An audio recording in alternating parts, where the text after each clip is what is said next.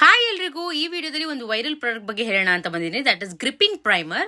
So ಏನಪ್ಪಾ ಇದು gripping primer? Gel base primer ಕೇಳಿದೀವಿ, ವಾಟರ್ ಬೇಸ್ ಪ್ರೈಮರ್ ಕೇಳಿದೀವಿ, ಹೈಡ್ರೇಟಿಂಗ್ ಪ್ರೈಮರ್ಸ್ ಕೇಳಿದೀವಿ, ಮ್ಯಾಟಿಫೈಯಿಂಗ್ ಪ್ರೈಮರ್ ಕೇಳಿದೀವಿ, ಪೋರ್ ಫಿಲ್ಲಿಂಗ್ ಪ್ರೈಮರ್ ಕೂಡ ಕೇಳಿದೀವಿ. ಇದ್ಯಾವುದು ಗ್ರಿಪ್ಪಿಂಗ್ ಪ್ರೈಮರ್ ಅಂತ ಹೇಳ್ಬೋದು. ಸೊ ತುಂಬಾನೇ ವೈರಲ್ ಆಗ್ತಾ ಇದೆ ಈ ಗ್ರಿಪ್ಪಿಂಗ್ ಪ್ರೈಮರ್ ಬಂದು.